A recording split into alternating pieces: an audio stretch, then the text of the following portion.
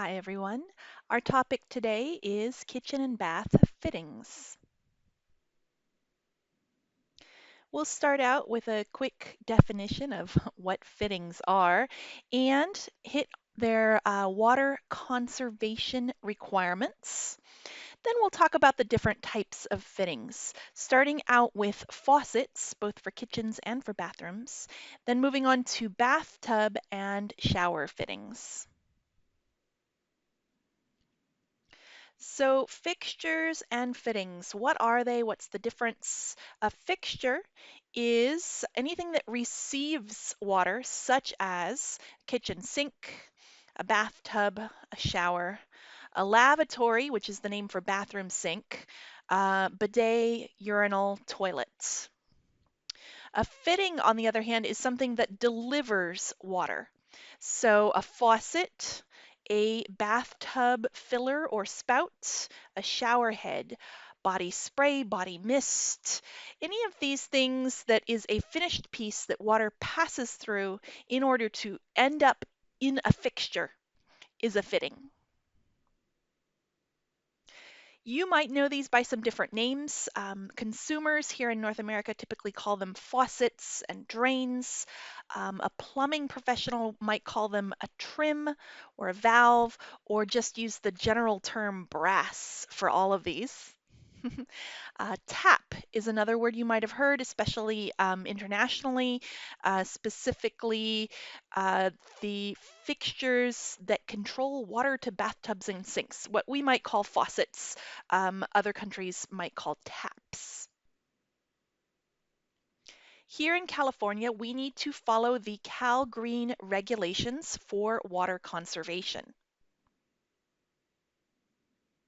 And here's the current requirements. These are the 2019 Cal Green requirements, which are effective as of January 2020.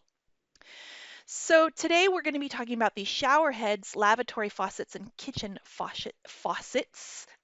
Can't say it. Um, and so for shower heads, you need 1.8 gallons per minute. That is a flow rate through the shower. All right. Lavatory faucets, 1.2 gallons per minute, and kitchen faucets, a little bit higher than lavatories, 1.8. So let's go ahead and get started with those kitchen and bath faucets. And the first criteria or quality of faucets that I want to talk about is activation. How do you start the water? Faucets in general can be operated manually or using hands-free technology.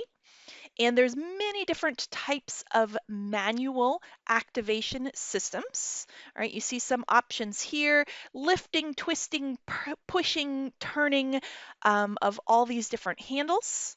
Right, can be single handle or double handle.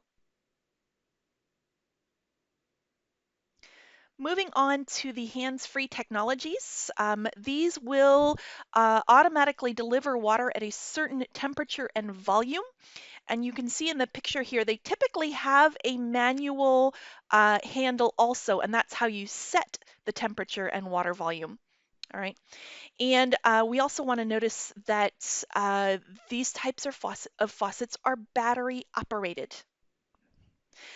There's two technologies. One is a motion sensor activation, and the other one is electromagnetic, which activates when someone touches any part of the faucet, as is shown in this picture.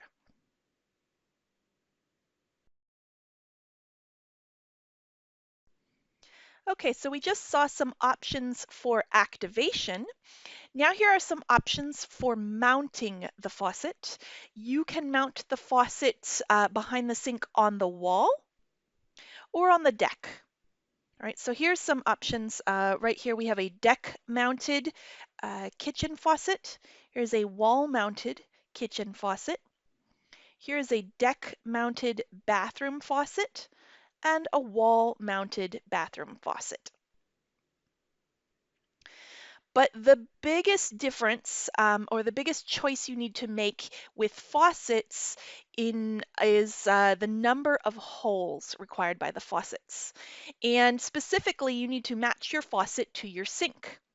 Here's a couple of examples of a one-hole sink, right, matched to a one-hole faucet, two-hole sink, matched with a two-hole faucet. Here's a three-hole sink and a four or five, or sometimes there's even more hole sinks. Let's go into more detail about this. Starting with kitchens, let's take a look at the different mounting options. Your simplest is going to be your single hole faucet. It's got one hole, it's got a single handle that's connected to the spout so that you only need one hole in the countertop. The two-hole faucet typically has the water spout occupying one hole and a single water volume and temperature control in the second hole.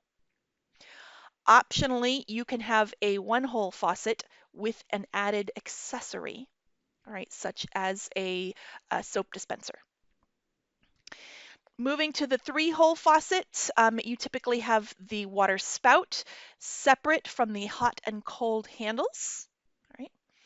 Or again, there's the option for using either the one or two-hole faucet with some accessories, all right? Moving on. You can have 4, 5, and more hole faucets. This would typically combine either the 1, 2, and 3 hole faucets with accessories. All right, so let's talk about those accessories. You can have a water sprayer, soap dispenser, a hot water dispenser, a garbage disposal activator, and don't forget that here in California, you're required by code to have a dishwasher air gap, which can also be mounted in one of these holes. Let's take a look at the picture. This one is a 1, 2, 3, 4, 5 hole faucet. All right, and down here we have even more. Okay, 1, 2, 3, 4, 5, 6, 7. All right, so you can have a lot of different accessories and options here. Just to point out, this one is the air gap, in case you didn't recognize it. And this one that looks like the button, that's the garbage disposal.